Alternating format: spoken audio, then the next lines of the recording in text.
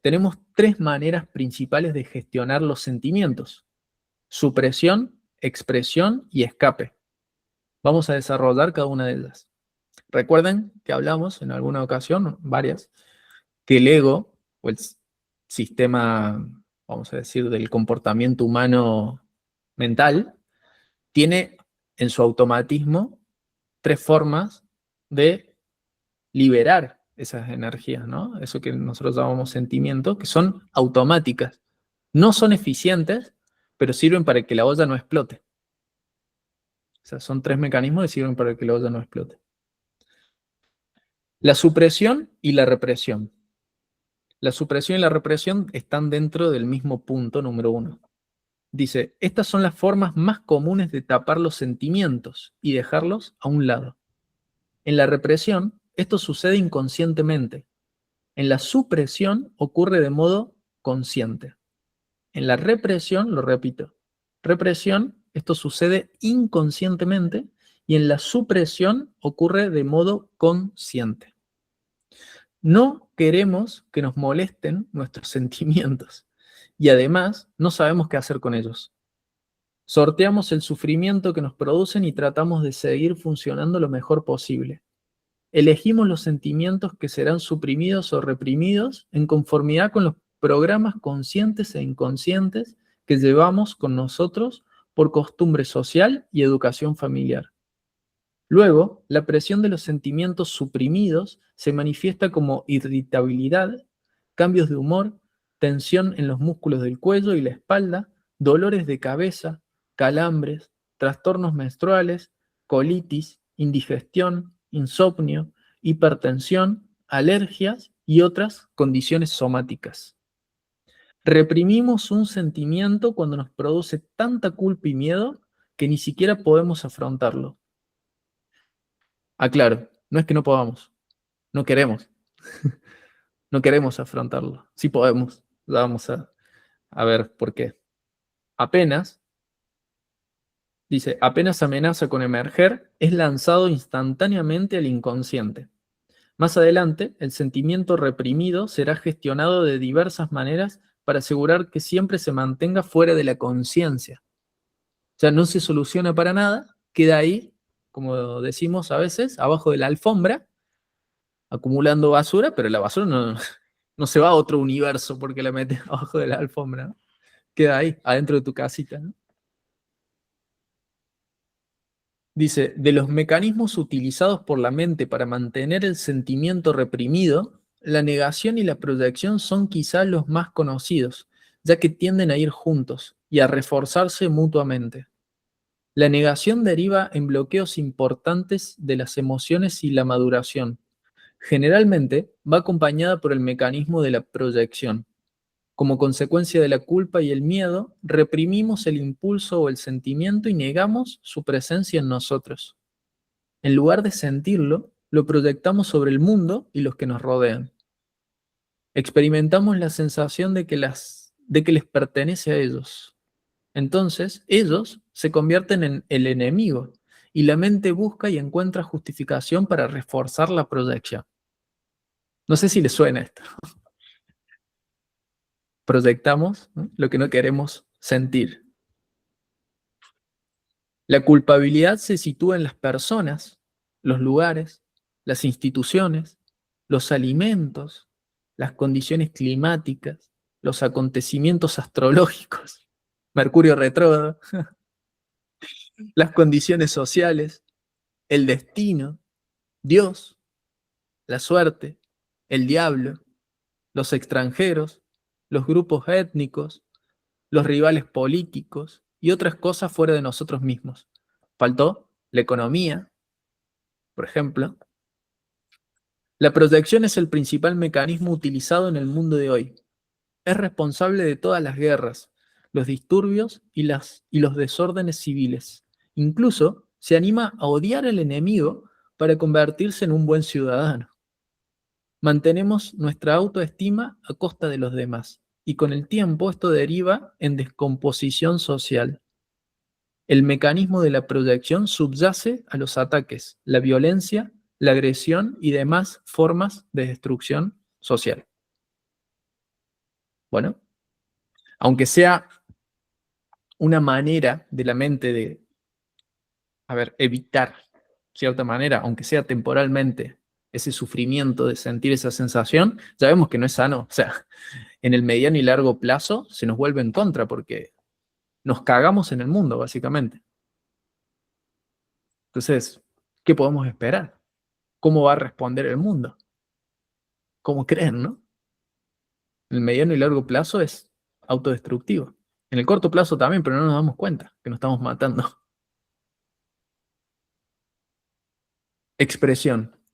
Punto número 2. Recuerden que era el uno, supresión y represión, y el 2 es expresión. Lo menciono de nuevo porque como tiene palabras similares. Expresión. Mediante este mecanismo, el lenguaje corporal canaliza, verbaliza o afirma la sensación, que se representa en un sinfín de demostraciones grupales. La expresión de las emociones negativas permite dejar salir únicamente la superficie, no, perdón, la suficiente presión interna para que el resto del contenido pueda ser suprimido. ¿Mm? Solo deja salir o expresar una ínfima parte. Por eso se me venía lo de la superficie, ¿no? Como lo mínimo y el resto se suprime. Es muy importante entender este punto porque en nuestra sociedad de hoy muchas personas creen que expresar sus sentimientos las libera de ellos. Los hechos demuestran lo contrario. La expresión de un sentimiento en primer lugar tiende a propagarlo y darle mayor energía. En segundo lugar, siempre se trata de la expresión de solo una parte, y esto permite que el resto sea suprimido y se mantenga al margen de la conciencia, ¿no? Creemos que lo soltamos, pero no. El equilibrio entre supresión y expresión varía en cada individuo, ya que depende de aspectos como su educación infantil, las normas culturales y las costumbres. Ahora está de moda expresar las emociones como resultado de una interpretación errónea de la obra de Sigmund Freud y el psicoanálisis. Freud señaló que la supresión era la causa de la neurosis, por lo tanto se pensó que la expresión era la cura. Esta interpretación errónea se convirtió en una licencia para expresarse a costa de los demás. En realidad, lo que afirma el psicoanálisis clásico es que el impulso o sentimiento reprimido debe ser neutralizado, sublimado, socializado y canalizado por los instintos constructivos del amor, el trabajo y la creatividad. Es una transmutación de energía, en verdad. No es un vómito la solución, es una transmutación. Si volcamos nuestros sentimientos negativos en los demás, lo experimentarán como un ataque y a su vez se verán forzados a suprimir, expresar o escapar de esos sentimientos. Por lo tanto, la expresión de la negatividad produce el deterioro de las relaciones. Una alternativa mucho mejor consiste en asumir la responsabilidad por los propios sentimientos y neutralizarlos. Neutralizarlos no es lo mismo que reprimirlos, ¿no? El dejar ir lo que propone es la neutralización, o lo podríamos ver como esta transmutación o transformación. Entonces solo permanecen y se expresan los sentimientos positivos. El miedo es solo amor aún no reconocido. Acuérdense de esto. El miedo es solo amor aún no reconocido. Número 3. Escape. Es la evitación de los sentimientos a través de la diversión. El escape es la evitación de los sentimientos a través de la diversión. Esta evitación es la columna vertebral de la industria del entretenimiento y de la fabricación de bebidas espirituosas, dígase alcohol, y también es la vida del adicto al trabajo. Atentos, ¿no? Porque se siente identificado el personaje con esto del escape, ¿no? Durante muchos años en diferentes formas, alcohol y trabajo. O sea, básicamente ya con eso ya estamos. Entre otras cuestiones como las redes sociales, por eso les digo atentos. El escapismo evita tomar conciencia de nuestro interior. Es un mecanismo tolerado socialmente. Podemos evitar el propio yo y tapar los sentimientos a través de una interminable variedad de búsquedas.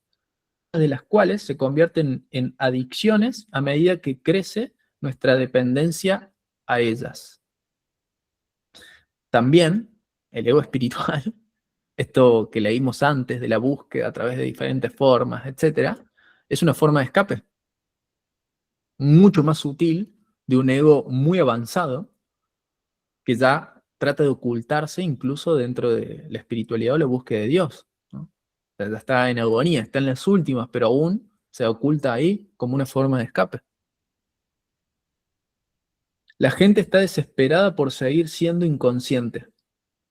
Observamos que a menudo las personas encienden la televisión en cuanto entran en una habitación y luego caminan por ella en un estado cuasi onírico, constantemente programados por los datos que provienen de ella, de la televisión. A las personas les aterroriza la idea de enfrentarse a sí mismas. Incluso temen un momento de soledad. De ahí las actividades constantes y frenéticas. La interminable sociabilización, hablar, enviar mensajes de texto, leer, escuchar música, trabajar, viajar, hacer turismo, ir de compras, comer en exceso, los juegos de azar, el cine, las píldoras, las drogas y las fiestas. Muchos de estos mecanismos de escape son erróneos, estresantes e ineficaces.